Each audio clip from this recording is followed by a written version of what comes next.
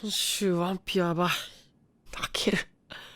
Following the highs and lows of Wano Kuni, we once again have our expectations blown out of the water after a juggernaut of an arc that's had over a decade's worth of build-up, exceeding those highs and elevating the already acclaimed manga as high as the heavens and beyond. I first got into One Piece during the early portion of Wano's serialization, meaning this arc was my first time reading on a weekly basis from the beginning. And now that Egghead is technically over, what better time to sit down and go through it in full. So lay back, sit tight, and give me your energy as I go through and give you my honest, in-depth review on the best arc of One Piece, Egghead Island.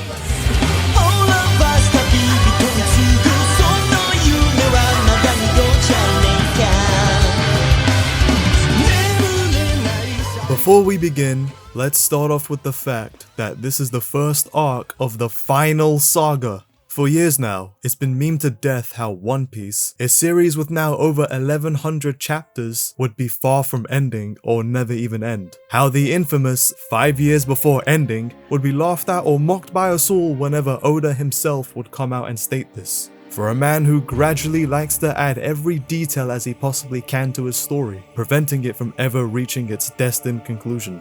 However, we're here. We're finally slowly reaching the endpoint for the grand voyage. It's surreal. For a lot of us who've read One Piece for many years, some even growing up with the series since childhood, the thought of One Piece ending never came across to our minds. Heck, we didn't even think it could end. However, after 27 years, Oda has finally done it. Finally setting his pen to paper to lay the groundwork for the last journey, rooted from the post-Onigashima raid and the massive move the Straw Hats have taken. I'm glad that I've read One Piece for years, more so glad I've read One Piece years before it ended. I wouldn't have appreciated it more otherwise. Opening the island 500 years in the future, Luffy, now one of the 4 emperors, lands at the scientific home base, home to the well-spoken, massively impactful, and widely built character for over 600 chapters. Finally introduced to After many years of hearing his name, we finally reached his island and met the wise scientist, or scientists. Yeah, there's 6 of them, 6 other Vegapunks. Oda uses a lot of subversion, in this arc especially. Like, I'm sure I'm not the only one who thought Vegapunk was dastardly evil, given what's been presented to us about him and his impact in this story, kind of like what Dr. Gero is in Dragon Ball. But it turns out, he's actually not that. At all. Shaka, Lilith, Edison, Pythagoras, Atlas, and York each represents a different purpose and personality trait originally displayed from the original head, Stella. As characters, they're enjoyable, and despite the fact I believe Stella was used as a plot device for the beginning, gradually forming his own identity and his own sense of morals. Shown through the 3rd act with basically saving Kuma's life, giving Bonnie an armada, and exposing the world government through his message to the entire world. He isn't exactly evil, but at the same time not entirely good. He is a scientist to the core, doing everything for his passion for experiments. However, his ties to Dragon and friendship with Luffy makes him a notable force against the world government. And since the satellites are an extension of Stella, they're naturally the exact same as he is. Vegapunk met the expectations and hype we all had, but in a different way. How not a single one, not even the one with evil in their name, is that. Completely was intriguing and left us all completely surprised. This arc is action-packed. Various lore dumps. Egghead is known as the island that's 500 years into the future, when in actuality, it's the island of the past. An ancient kingdom existed 900 years ago, just before the events of the Void Century. It's no doubt that this kingdom was wiped from existence during this time, along with the history of this event and anyone who knew of it. Which brings me to the second reveal, the Ohara Incident and the chain reaction that event caused. Robin's backstory is not only one of the best in the entire series, but it's also definitely one of the more tragic ones. And the reveal that Saul was alive this whole time is definitely a controversial twist. However, it's my review, I'ma say how I feel. I like this decision. I understand why many may not, but I don't think this ruins her backstory in any way, and instead adds to her backstory. It adds more context to certain plot elements. For Aokiji to spare his sworn friend makes more sense for his sense of justice than just outright killing him. It inspired the giants from Elbaf and Vegapunk to protect every lost book from the burnt down island, and it was the final push for Dragon's drive to change the world through the revolutionary army and take down the world government. Robin's backstory is still as tragic as it always has been, and honestly, I don't know about you, but the fact that after 20 years, she only just found out that he's been alive this whole time is pretty rough. Her reaction to the news is incredibly heartwarming as a massive fan of hers. Luffy versus Lucci. Whilst I didn't want a rematch between these two, I loved this fight. The thought of Luffy, now a Yonko, fighting a foe like Lucci after going toe-to-toe with Kaido was underwhelming and a waste of time. However, Oda subverts my expectations once again and gives something spectacular. For the entirety of the fight, we see the obvious gap in power between the two. Luffy toys with him the entire fight, and even after awakening, Lucci doesn't make a dent. This entire fight was peak comedy and cinema. Seeing how intense the first bout was back in Enies Lobby and how much of a tease this fight is not only shows how far One Piece and its fans have come since then, but it brings home to the fact that now, Luffy is an unstoppable force and unable to be reckoned with. The first time they fought, the Straw Hats were warning Luffy to stay back and not engage in the terrifying assassin, to now CP0 demanding Lucci to do the same, needing to wait for Akainu's permission. But what makes this fight stick out to me isn't the action, but more so what Vegapunk reveals during it, the revelation of how devil fruits are made. And it's the best reasoning and the most fitting. Devil fruits were made because of the desires people had. They were made from the different dreams that people had, and those dreams went against the laws of nature. And when granted a fruit's power, the user is granted boundless imagination and freedom. This isn't 100% the confirmed reason for the existence of devil fruits, but I will say that if it happens to be so, I wouldn't even be upset with it at all. It would perfectly be in line with One Piece's core themes of dreams and freedom. Now we've spent all this time discussing the events in Egghead Island thus far, and whilst that content was enjoyable, it's the stuff outside of it that takes this arc up a notch. Shanks vs. Kid, Blackbeard vs. Law, Garp's Galaxy Impact and his fight with Aokiji, Sabo escaping death for the 5th time and the entire Reverie flashback, Vivi being a part of the D-Clan, Cobra killed by the Gorosei and Imu, left and right, constant punches aimed at us. Two moments in particular, the fights with Shanks and Blackbeard from Kid and Law, stuck out to me in more ways than one. This arc shows what happens when you throw your life away to challenge a Yonko one-on-one, and how being cocky ends up being your greatest downfall. We even saw a bit of this with Luffy and Lucci. The two teamed up to defeat Big Mom and barely won. In fact, they got lucky to take on Shanks and Blackbeard, two massive titans in the pirate world, and thinking they stood a chance were laughable. Both got embarrassingly defeated, Kid more than Law, and lost not only their poneglyph robbings, but their credibility and worth as a pirate. Now what really sticks out to me about this is this. Up until this point, Shanks evidently wanted nothing to do with becoming the king of the pirates. But after Luffy took down Kaido and reached his level, Shanks decided it was finally time to make his move to claim the One Piece, and Blackbeard too finally goes after the Grand Treasure. It's almost as if the two were specifically waiting for Luffy to reach their status before making their move, with Blackbeard stating before, "You're not ready for that yet." Shanks acknowledges Luffy as a great pirate and now wants to put that to the test, whereas Blackbeard always saw Luffy's potential as greater than his own and wants to do everything he can to stop him in his tracks. Adding on, Buggy declares that he now wants to finally go after his dreams of attaining the treasure too after hearing Shanks made his move. Before, the Yonkos would claim islands, steal poneglyphs, and do whatever they could to prevent each other from reaching the top. And now, all 4 of them are actively racing towards the One Piece. 3 of the 4 currently own 3 of the road poneglyphs. For the first time since Roger, going to Laugh Tale actually seems attainable, and the world government, more notably Imu, are wanting to prevent this treasure being attained.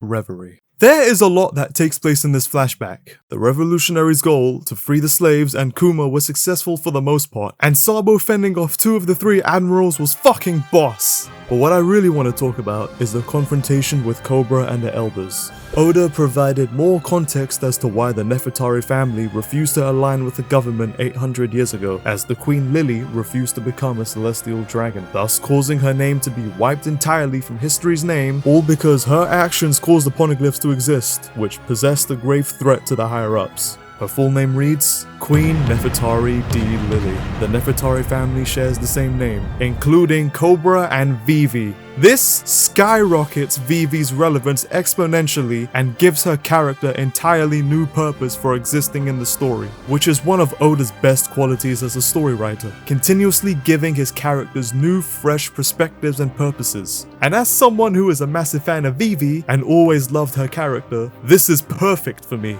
Vivi is basically the reincarnation of Lily, much like Luffy is for Joy Boy. I'm really glad she's back in the story again. So now that we know what happened to Cobra and the events of Reverie, the wonderful fight with Garp and Kuzan, leading to Kobe having a wonderful moment, and seemingly the end of the Marine's hero, it's time to go back to the crew.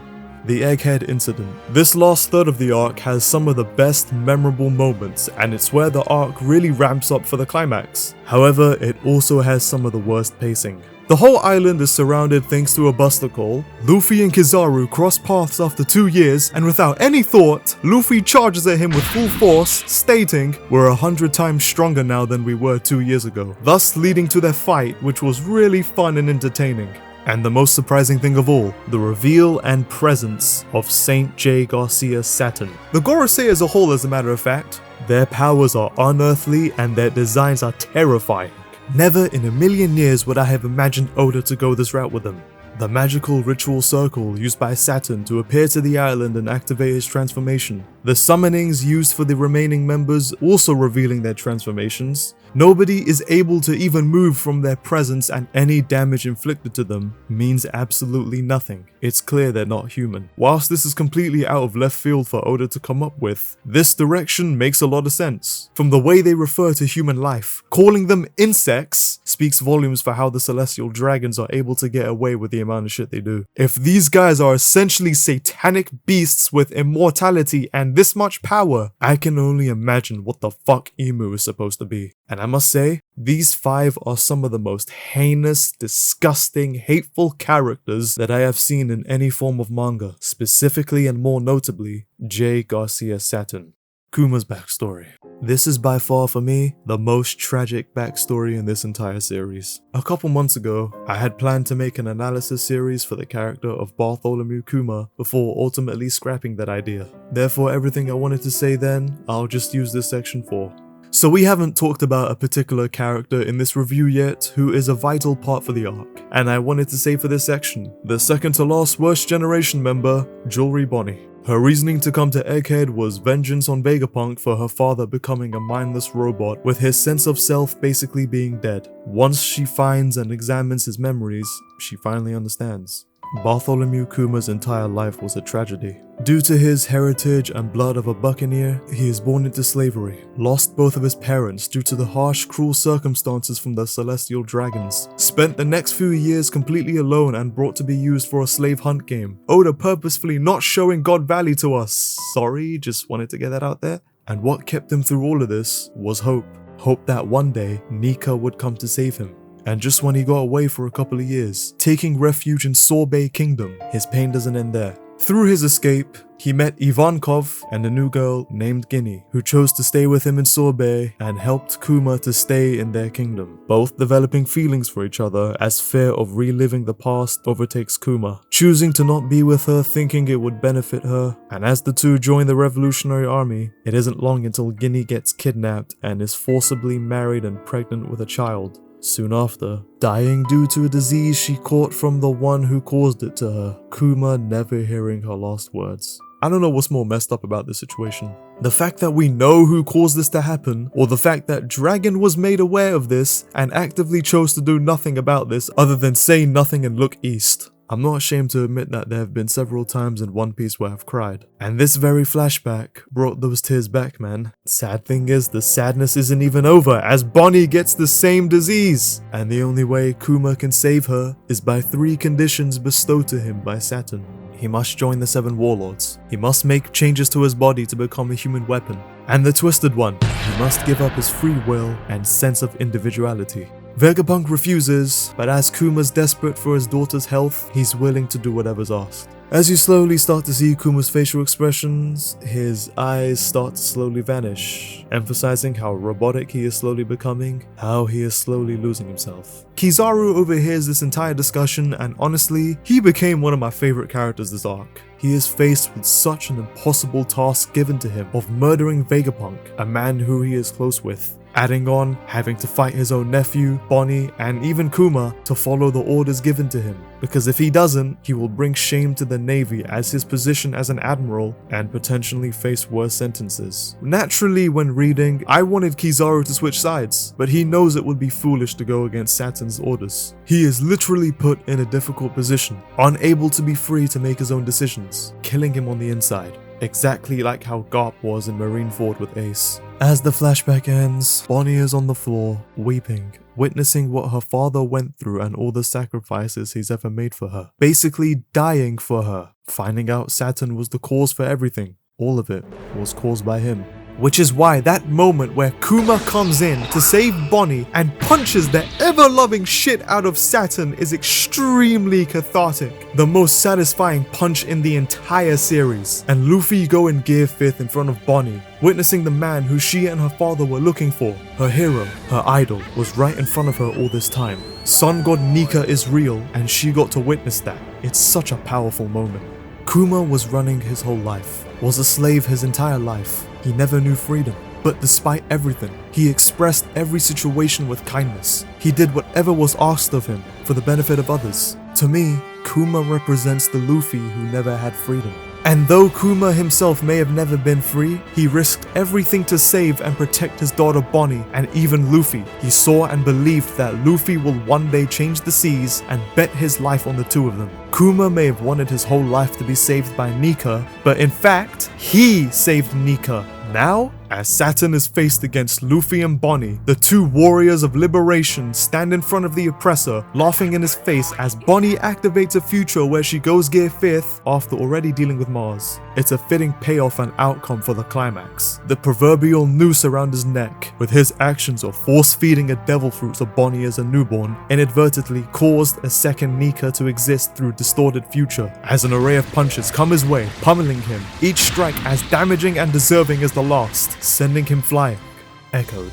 Vegapunk's earth-shattering speech comes to an end. The fate of this world will be decided by whoever finds it. It all depends on who finds the One Piece. We're now at the endgame, and the major players have stepped up, because now it's no longer just the pirates aiming for this treasure. What started as the Great Age of the Pirates has now become a race against the whole world from all parties to acclaim Gold Roger's treasure. The final saga is here. The war that will shake the seas is near. This is the real deal. The One Piece is real. What a time to be a fan. This arc has been outstanding. The amount of subversion Oda presented to us. We all came into Egghead with extremely low expectations, believing it would be an arc like Zou, a transit arc in between bigger ones like Wano and the now confirmed Elbaf. But holy moly were we wrong. Egghead became something entirely out of our thought process, an unexpected surprise. And as the arc ends with the Iron Giant Emoth protecting our heroes and Vegapunk Snail, using Joy Boy's Haki to send away the Gorosei, putting fear in Emu's heart, I remain satisfied and more so pleased with this arc.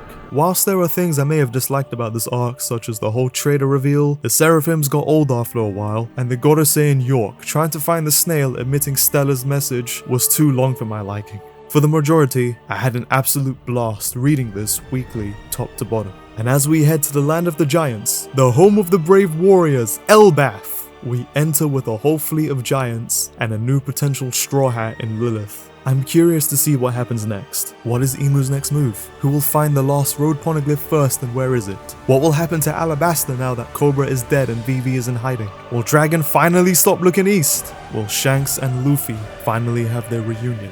I can't wait to see what Oda has planned for an arc he's built up since Little Garden. I can't wait to finally see Usopp's greatness again. Maybe that'll be the new best arc. But until the day comes when I can properly talk about Elbaf once serialized, Egghead is cemented as the best arc of One Piece, if not one of the best. Until that day comes, I will be leaving things here.